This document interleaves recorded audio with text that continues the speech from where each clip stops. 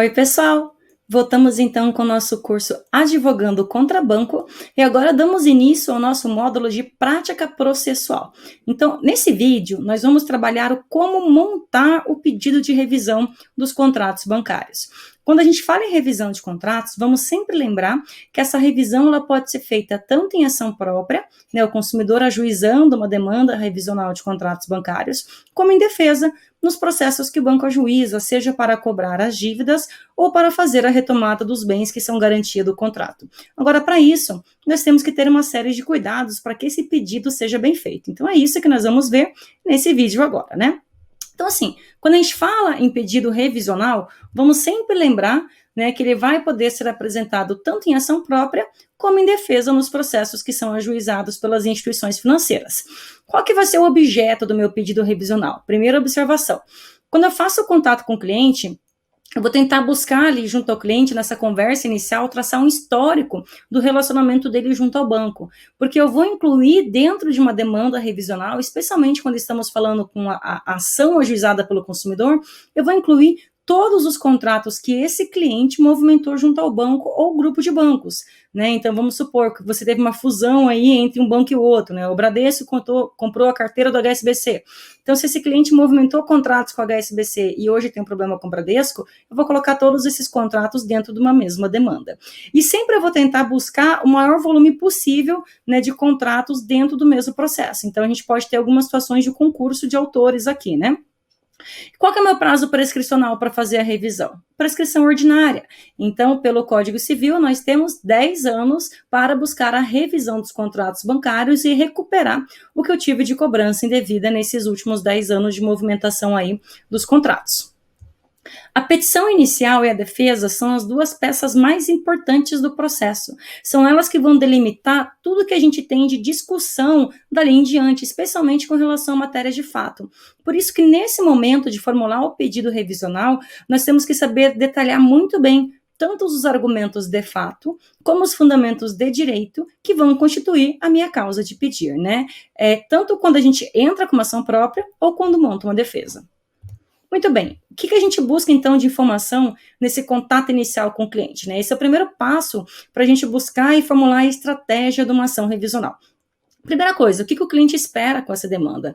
É bem importante a gente ter essa definição, porque a gente pode ter 3 estratégias diferentes em relação a um pedido revisional. Eu posso ter aquele cliente que já pagou todo o contrato, então o objetivo é recuperar de volta o que ele já teve de pagamento maior, as cobranças indevidas, A minha estratégia, portanto, é recuperação de créditos, então vou fazer o possível para acelerar o andamento desse processo. Como eu posso ter aquele cliente que eu sei que está devendo, que vai continuar devendo e que ele precisa de um fôlego, ele precisa ganhar tempo para você conseguir um bom acordo? Se é uma situação em que eu sei que o meu cliente vai continuar devendo, a estratégia é acordo no fechamento de semestre com pagamento à vista. E aí eu já sei que para esse tipo de cliente, eu não vou acelerar o processo, eu vou deixar o processo seguir o seu curso, me manifestar nos prazos, mas eu não vou ter uma estratégia de acelerar o andamento da demanda. Como eu também posso ter aquele cliente que ele não sabe se ele está devendo, ele não sabe se ele tem crédito, o cliente que tem amnésia financeira, ele não sabe quantos contratos ele firmou com o banco, quanto que está em aberto, e aí você tem que entrar com o processo sabendo que você vai ter todo um cuidado na instrução probatória para investigar essas informações e conseguir definir se esse cliente vai ter dívida ou se ele vai ter crédito. Então, saber o que o cliente espera com o processo é uma das primeiras informações que a gente tem que buscar para traçar a estratégia de atuação. Segundo, que tipo de linha de crédito o meu cliente movimentava junto ao banco aqui dentro do meu prazo prescricional? Olha só, é muito comum que o cliente procure o advogado por conta de um problema pontual em um contrato só. Ah, doutora, hoje eu estou com um problema nesse contrato específico aqui de empréstimo que eu não consigo mais pagar. Agora, saber se esse contrato de empréstimo é um empréstimo autônomo ou se é uma renegociação de dívida, e se ele tem só esse contrato ou se ele está há 10 anos movimentando várias linhas de crédito, ele tem esse empréstimo, mas ele teve cheque especial, teve outras operações, tem o financiamento de veículo também, o financiamento de imóvel. Eu traçar esse histórico de relacionamento do cliente junto ao banco é super importante para definir todos os contratos que a gente vai colocar e pode ser objeto dentro de uma discussão judicial. Aí vamos ver desses contratos que o cliente firmou, quais são renegociações de dívida. Olha só, a gente já viu que a renegociação de dívida tem uma investigação e uma fundamentação própria, né? Agora, se eu vou trabalhar com a revisão de um contrato que é uma renegociação de dívida, lembra que eu vou ter que indicar que isso é um argumento de fato. Né? Poxa, se o contrato é uma renegociação, eu posso fazer a revisão desde a origem. Se o contrato é um empréstimo autônomo, eu vou rever só esse empréstimo. Agora, se é ou não é uma renegociação, isso é um argumento de fato que eu tenho que investigar junto ao meu cliente. Então, vou perguntar para ele, esse empréstimo, né, que hoje o senhor tem dificuldade de pagar, ele é um empréstimo autônomo, em que o senhor pegou o dinheiro e usou na sua empresa, ou usou como bem quis, ou é uma renegociação de dívida? É um contrato que o senhor fez para cobrir outras dívidas junto a esse mesmo banco, né? Então, essa é uma informação super importante para a gente levantar nesse contato com o cliente. Vamos supor que a pessoa tenha um problema ali do contrato que seja da empresa dele, né? Olha só, se eu vou entrar com uma revisão de um contrato de uma empresa, gente, é bem provável, né? É a regra, pelo menos, que o sócio, pessoa física, tenha assinado esse contrato também como avalista. E aí, se eu vou fazer a revisão tanto em nome da empresa como do avalista, que é a pessoa física, eu vou ver se essa pessoa física também não tem outros contratos junto àquele mesmo banco ou grupo de bancos que eu possa pôr dentro do mesmo processo. Quanto mais contratos eu trabalhar dentro do mesmo pedido revisional, dentro da mesma ação, maior vai ser a possibilidade de benefício econômico que eu posso ter nessa demanda, né? Então, é bem importante que a gente faça esse levantamento e veja se eu tenho outros contratos, né, do cônjuge, né, sócio e avalista, né, junto com a empresa, fazer esse levantamento para ver se eu vou ter uma situação de concurso de autores, né, para otimizar a demanda e colocar aqui o maior volume de contratos possível dentro do mesmo processo.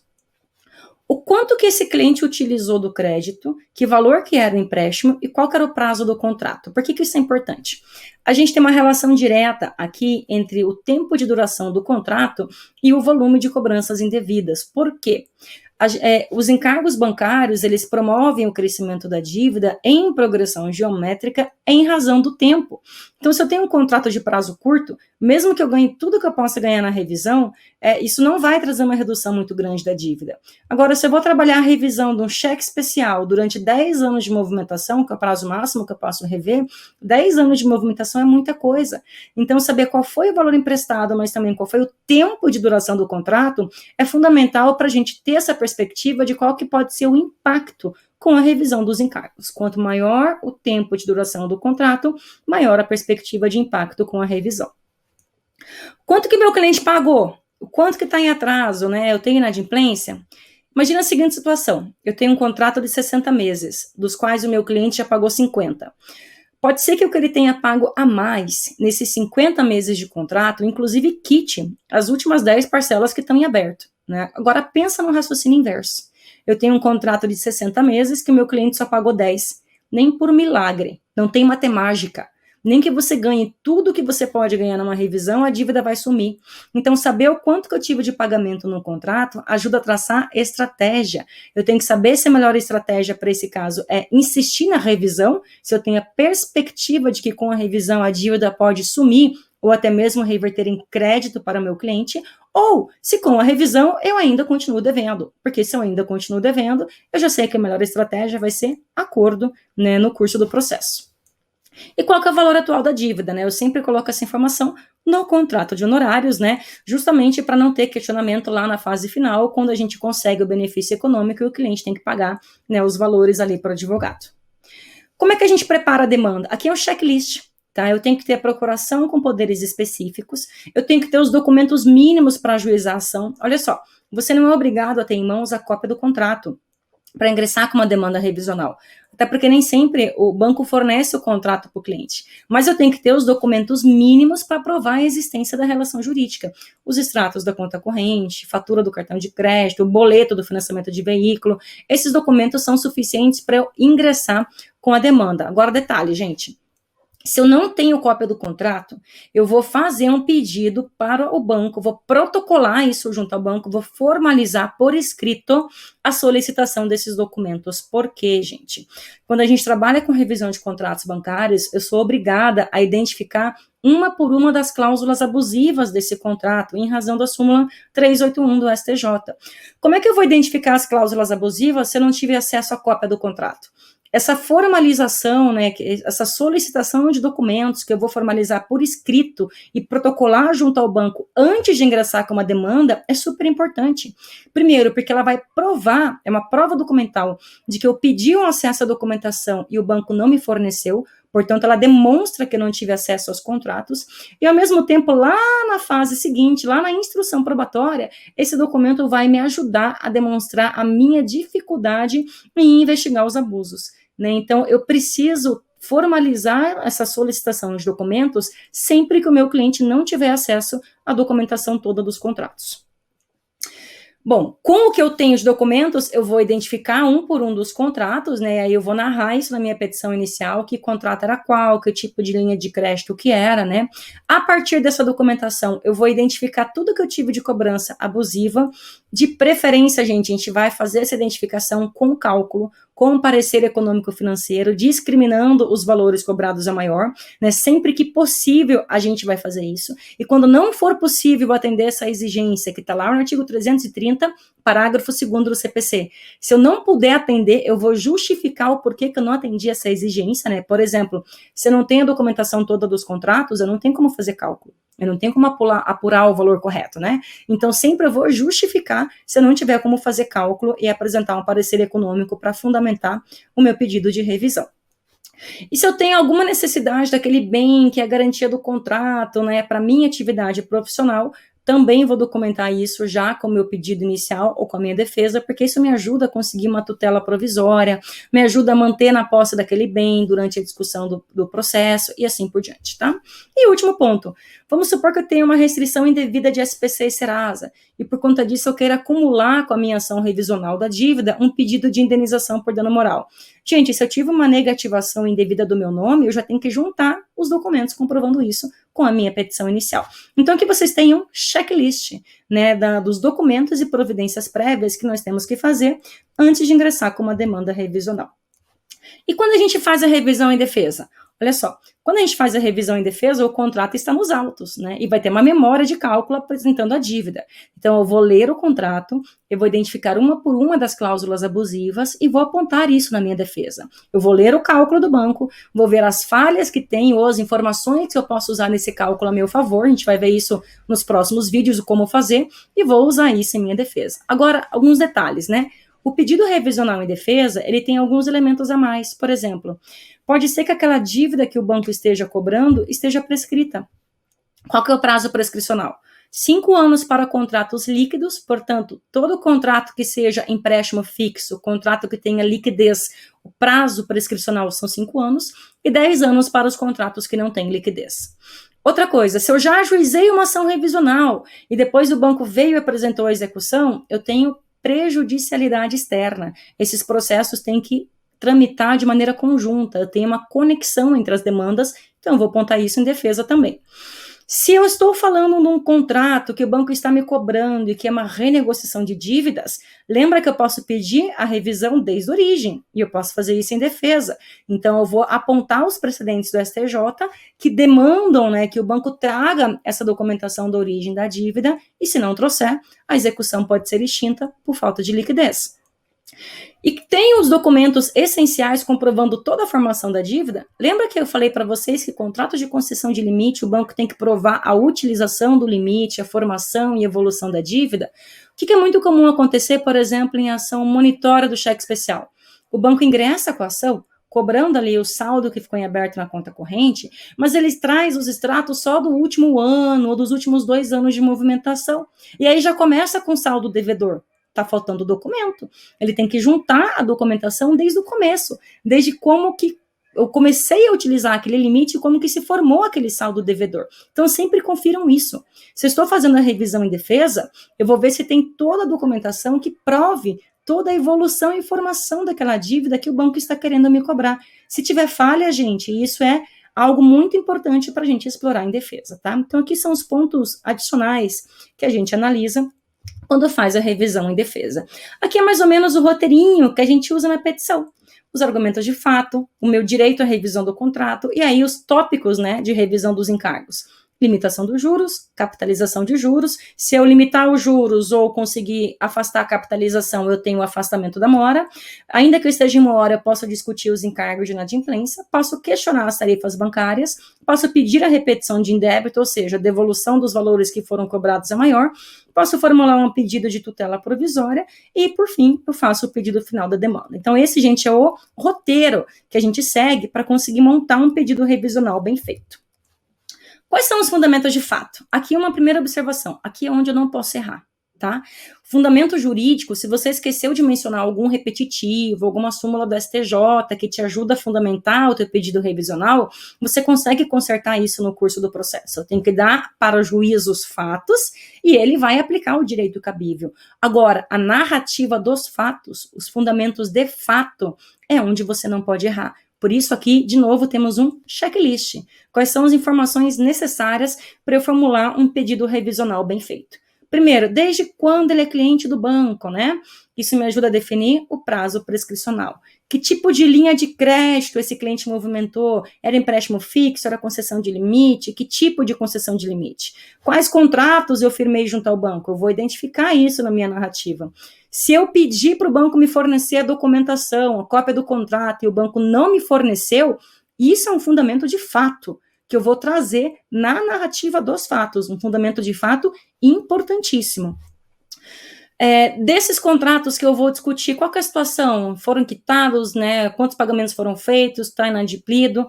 Desses contratos, algum deles é renegociação de dívida? Gente, se o contrato é um empréstimo autônomo ou se é uma renegociação de dívida, isso é matéria de fato. Eu tenho que trazer essa argumentação na narrativa dos fatos da demanda, seja quando apresenta a defesa ou seja quando ajuiza uma demanda revisional.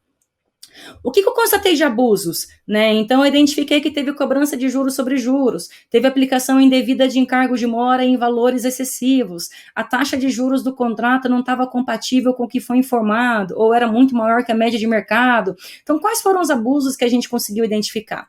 E desses abusos que eu consegui identificar, quanto que deu de cobrança maior? Lembre que sempre que possível eu vou apresentar um cálculo identificando essa cobrança maior e se eu não conseguir apresentar um cálculo, eu vou justificar o porquê que eu não estou fazendo a identificação disso em cálculo, tá? Então, super importante, sempre que possível, faça um cálculo e se você não puder fazer um cálculo, às vezes não deu tempo, às vezes não tem documento, às vezes o cliente não teve dinheiro, você vai ter que justificar o porquê que não está sendo apresentada essa discriminação dos valores cobrados a maior. Muito bem. Quais são os fundamentos de direito? A gente já viu isso, tá? Então aqui eu só aponto de forma bem sintética, né?